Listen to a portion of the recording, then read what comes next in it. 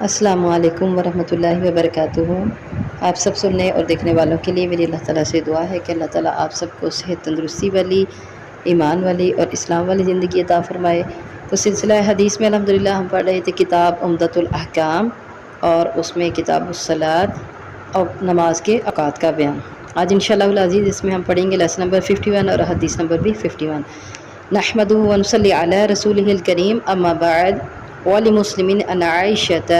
اور مسلم کی روایت میں ہے ان عائشہ رضی اللہ عنہ، عائشہ رضی اللہ تعالی عنہ سے روایت ہے، قالت، وہ کہتی ہیں، سمعت رسول اللہ صلی اللہ علیہ وسلم، سنا میں نے رسول اللہ صلی اللہ علیہ وآلہ وسلم سے، یقول، فرماتے ہوئے،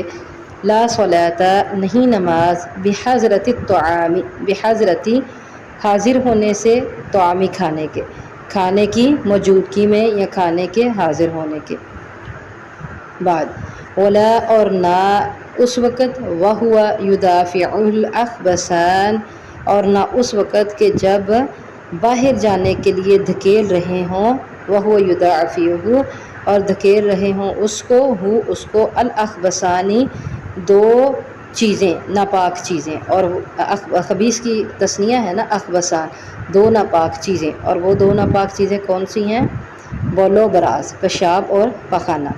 متفق علیہ، بخاری اور مسلم کی یہ روایت ہے۔ اب جیسے پیچھے بھی ہم نے حدیث میں پڑھا، تو اس حدیث سے بھی ہمیں یہ پتہ چلتا ہے کہ عائشہ رضی اللہ تعالیٰ عنہ ارشاد فرماتی ہیں، وہ کہتی ہیں، نبی کریم صلی اللہ علیہ وسلم سے میں نے سنا کہ آپ فرما رہے تھے، جب کھانا موجود ہو، جیسے ہم نے پہلے پڑھا، اور کھانے کی حاجت بھی ہو، تو نماز کی اقامت بھی کہہ دی جائے تو پہلے کھانا کھایا جائے۔ اس کی وجہ یہ ہے کہ نماز میں مکمل توجہ ہونی چاہیے اپنے پروردگار کی طرف، اللہ کی طرف توجہ ہونی چاہیے، خشوع و خضوع ہونا چاہیے،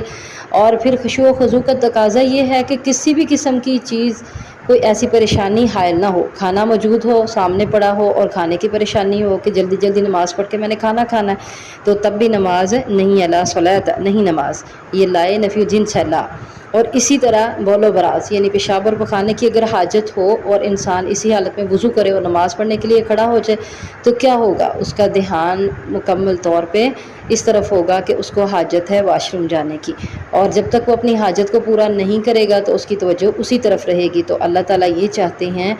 کہ جب انسان اپنے رب کے سامنے کھڑا ہو نماز کے لیے، تو اس کی مکمل توجہ اپنے رب کی طرف ہونی چاہیے، اللہ کی طرف ہونی چاہیے، اور یہی نماز میں احسان ہے۔ اللہ کے نبی صلی اللہ علیہ وسلم نے ارشاد فرمایا نا کہ احسان یہ ہے کہ تو اللہ کی عبادت اس طرح کر کہ انک تراہ فإن لم تکن تراہ فإنہ یراک، کہ تو اللہ کو دیکھتا ہے، اور اگر تو اللہ کو نہیں دیکھ رہا تو وہ تجھے دیکھ رہا ہے۔ تو پتہ ہمیں یہ چلا کہ یہاں تین ایسی چیزوں کا تذکرہ کیا گیا ہے جو نماز کے وقت اگر ان کی حاجت ہو تو پہلے ان کو پورا کیا جائے اور پھر نماز پڑھی جائے، تاکہ نماز میں مکمل خشوع و خضوع کے ساتھ انسان اپنے رب کے سامنے کھڑا ہو۔ اور وہ تین چیزیں کون سی ہیں؟ ایک کھانا موجود ہو اور کھانے کی حاجت ہو، یا پھر پیشاب اور پخانے کی حاجت ہو، تو پیشاب اور پخانہ پہلے کیا جائے اور پھر نماز کو پڑھا جائے۔